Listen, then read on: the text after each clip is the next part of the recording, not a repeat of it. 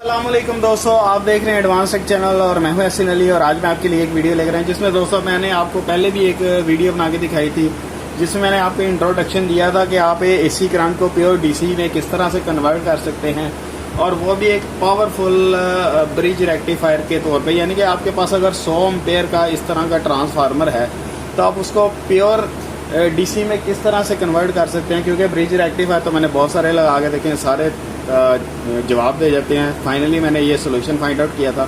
तो आज की वीडियो में सबसे पहले मैं आपको इन ट्रांसफार्मर का इंट्रोडक्शन करवा देता हूं। तो चलिए ज़रा वीडियो को कंटिन्यू करते हैं, तो ज़्यादा टाइम ज़ाया नहीं करते।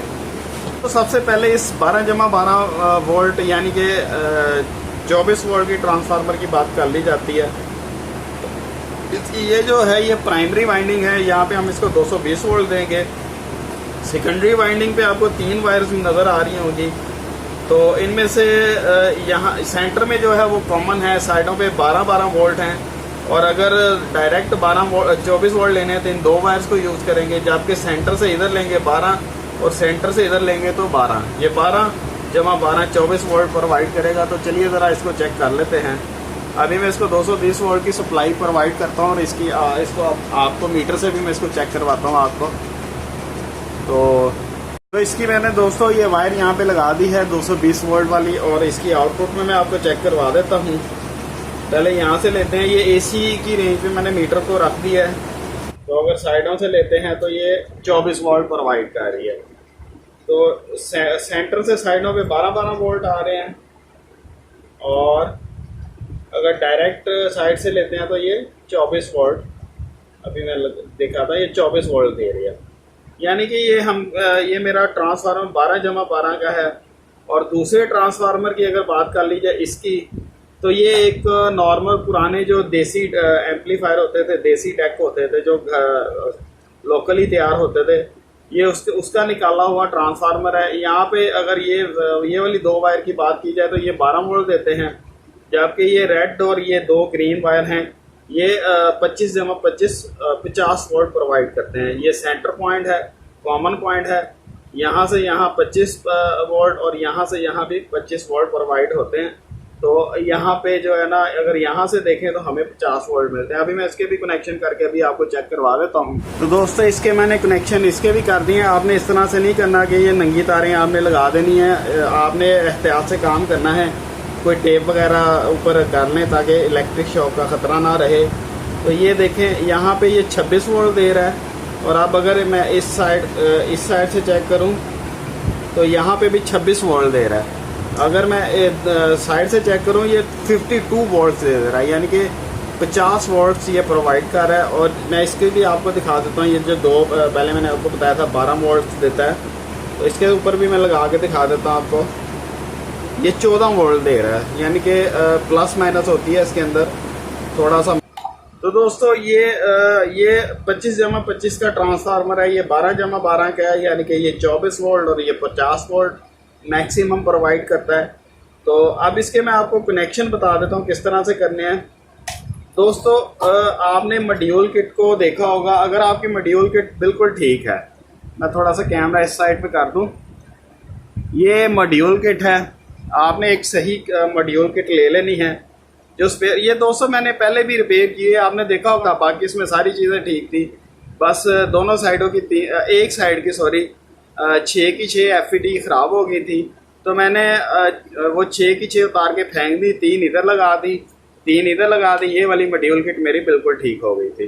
तो अगर आप ये 3 और 3/3 की बात करें तो यार ये आप इसके ऊपर 30-40 एम्पेयर से ज़्यादा लोड ना डालिएगा, क्योंकि ये मैंने आप देख सकते हैं कि सिर्फ 3 लगी हुई हैं। एक FET 10 एम्पेयर तक को लोड को अफोर्ड कर सकती है। मैं इसकी स्पेसिफिकेशन पढ़ने की कोशिश करता हूँ। इसकी दोस्तों अगर स्पेसिफिकेशन की बात की जाए तो एक FET 6 एम्पेयर तक को बर्दाश्त कर सकती है। इसका अगर मैं मॉडल नंबर पढ़ूँ तो CZ0186 इसका मॉडल नंबर है, जो कि इस चीज़ को इंडिकेट करता है। एंड पे जो 6 है वो इस चीज़ को इंडिकेट करता है कि 6 एम्पेयर तक एक FET जो है वो लोड को बर्दाश्त कर सकती है।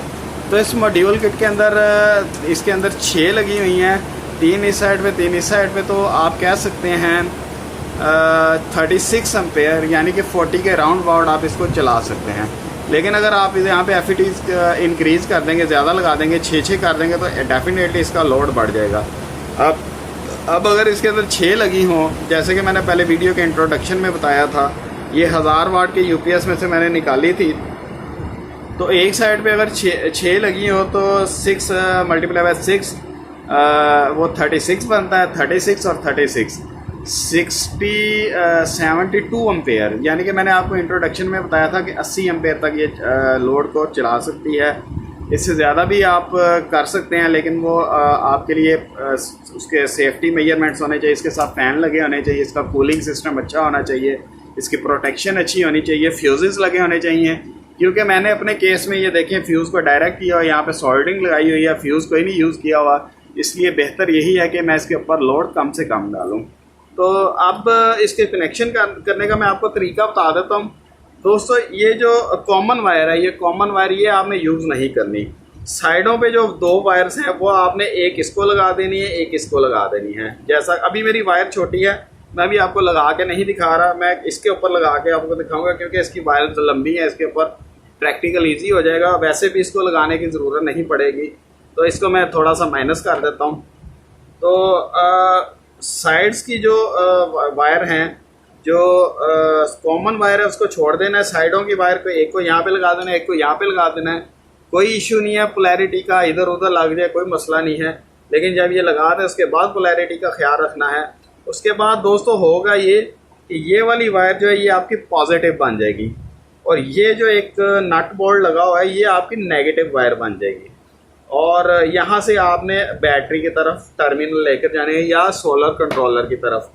तो AC करंट की 2 वायर यहाँ पे आएंगी, DC जो वोल्ट है वो यहाँ और यहाँ से हम लेंगे। और एक चीज़ मैं आपको बताता चलूँ कि अगर आप इसको 25 वोल्ट दे रहे हैं तो ये आउटपुट पे 50 नहीं 25 ही देगा। उसमें ये होगा कि ये दोनों साइडों के एम्पेयर जमा करके, यानी कि अगर एक साइड 25 वोल्ट वाली जो है आपको मैं एग्जांपल दे रहा हूँ 6 दे रही है, दूसरी साइड भी 6 दे रही है, तो ये 6 × 6 12 एम्पेयर आपको एम्पेयर इंक्रीज कर देगा, वोल्टेज इंक्रीज नहीं करेगा, वोल्टेज को प्लस नहीं करेगा, वोल्टेज उतने ही रहेंगे, एम्पेयर आपके ज़्यादा हो जाएंगे। तो ये एक छोटा सा इसका वर्किंग प्रोसेस है कि इसको किस तरह से आपने यूज़ करना है। तो चलिए अब इस ट्रांसफार्मर को मैं आपको लगा के प्रॉपर प्रैक्टिकल करके दिखाता हूँ। तो दोस्तों ये आप देख सकते हैं मैंने इसके कनेक्शन कर दिए हैं। अब मैं आपको दोबारा एक दफ़ा ये AC की रेंज पे मीटर को मैंने सेलेक्ट किया हुआ है, मैं दोबारा आपको इसके वोल्टेजेस चेक करवा देता हूँ। अगर इन साइडों से लेते हैं तो ये 12/12 का ट्रांसफार्मर है, तो यहाँ पे 24 वोल्ट प्रोवाइड होंगे हमें। ये आप मीटर के ऊपर 1 मिनट फिर हिल गया यार, ये 24-25 वोल्ट आपको देखने में मिल रहे हैं। साइडों से अगर हम लेते हैं तो 25 वोल्ट मिल रहे हैं, जबकि यहाँ से अगर हम कॉमन वायर को साथ टच करें तो ये 12 और इस साइड पे भी 12। ये AC वोल्ट है, ये AC की रेंज पे सिलेक्ट किया हुआ है। अब मैं आपको DC वोल्ट चेक करवाता हूँ। इसको मैं DC की रेंज पे कर देता हूँ और जैसा मैंने आपको बताया था कि ये आपकी पॉजिटिव वायर बन जाएगी। और ये जो एक नट सा लगा हुआ था ये मैंने इस तरफ नट कर दिया। इसको मैं थोड़ा इधर करके आपको दिखाता हूँ। असल में मेरे पास स्पेस थोड़ी सी कम है, लेकिन चलें गुजारा करते हैं। ये आपको अब नट नज़र आ रहा होगा ये वाला, तो इसके ऊपर लगाते हैं तो ये 12.99 यानी कि 13 वोल्ट के करीब ये मीटर के ऊपर शो हो रहे हैं। ये DC वोल्ट हैं, यानी कि इसने बहुत ही अच्छे तरीके से इसको प्योर रेक्टिफाई किया है। अब मैं अगर आपको इसको शॉर्ट करके थोड़ा सा एम्पेयर दिखा दूं तो ज़्यादा बेटर होगा। एक वायर मैं यहाँ पे लगाता हूँ नट के साथ और एम्पेयर मीटर को इसके अंदर लगा देता हूँ। यहाँ पे इसके साथ क्लिप लगा देता हूँ और इसको यहाँ पे शॉर्ट करके मैं आपको इसके एम्पेयर चेक करवाता हूँ।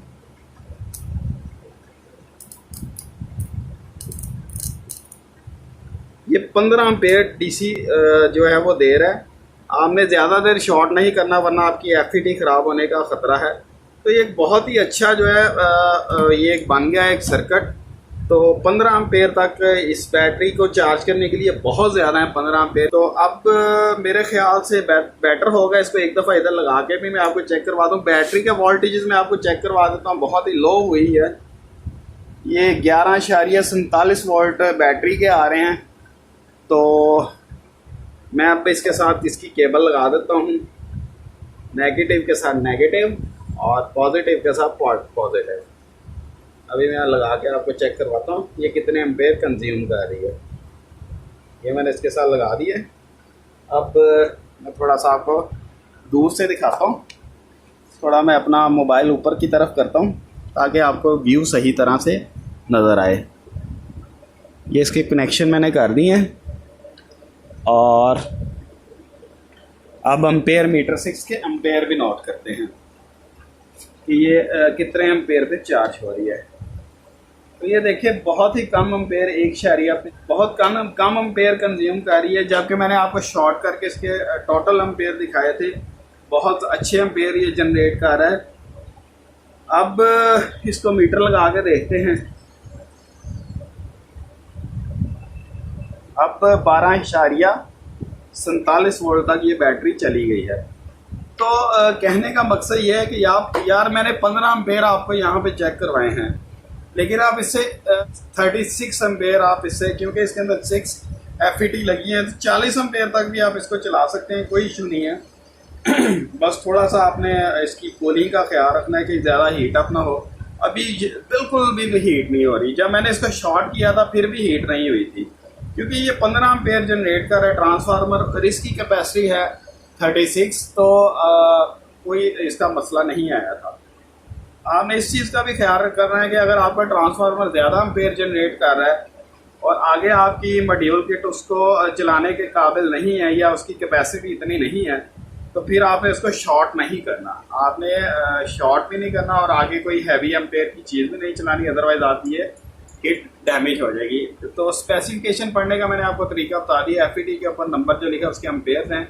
6 एम्पेयर की ये एक FET इसको मैक्सिमम लोड अफोर्ड कर सकती है। तो आज की वीडियो दोस्तों काफ़ी डिटेल में मैंने आपको बताया। मेरे ख्याल में इससे ज़्यादा डिटेल अब अगर आपको नहीं समझ आए तो एक अलग इशू है। आप मुझे क्वेश्चन कमेंट्स बॉक्स में क्वेश्चन भी पूछ सकते हैं कि यार किसी चीज़ की अगर आपको नहीं समझ आई, अगर आपको कोई और इसके रिगार्डिंग क्वेश्चन है या सजेशन है, यार अगर आप कोई मुझे सजेशन भी देना चाहते हैं क्या इसमें मज़ीद मॉडिफिकेशन क्या कर सकते हैं, मज़ीद इसमें मैं क्या बेहतरी ला सकता हूँ, UPS को यार मैं इंशाल्लाह ताला स्टेप बाय स्टेप आपके सामने क्लियर करूंगा कि वो काम किस तरह से करता है। चार्जिंग का तो अभी मैंने आपके सामने क्लियर कर दिया, क्लियर कट है यार। तो दोस्तों आज की वीडियो यही तक थी। उम्मीद करता हूँ आज की आपको मेरी वीडियो पसंद आई होगी। अगर मेरी वीडियो पसंद आई है तो यार मेरी वीडियो को लाइक कर दें, और अगर आपको नहीं पसंद आई तो इसको डिसलाइक भी कर सकते हैं। वैसे यार इतनी मेहनत करने के बाद अगर कोई डिसलाइक मिलता है तो बहुत अफसोस होता है, दुख होता है, लेकिन ये आपकी अपनी राय है। तो आज के लिए इतना ही। नेक्स्ट वीडियो तक के लिए मुझे इजाज़त दीजिए। आज की वीडियो बहुत ही लंबी हो गई है, इसीलिए मैंने इसको पहले वाली वीडियो में ऐड नहीं किया था। यही वजह थी कि मैं आपको कह रहा था कि यार मैं एक और वीडियो बना दूंगा। अभी मैं एक और वीडियो बनाऊंगा जिसमें मैं आपको इस सोलर को साथ लगा के दिखाऊंगा, वो दूसरे ट्रांसफार्मर के साथ। तो मेरा ख्याल है समझ तो आपको आ गई है, इसकी वैसे ज़रूरत नहीं है।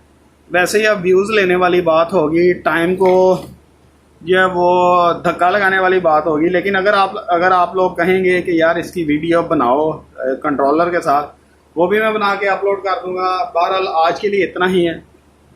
आज तो यार मैं थक गया हूँ, काफ़ी देर बाद मैंने वीडियो बनाई है। मुझे इजाज़त दीजिए। अल्लाह हाफिज़ और बाय बाय।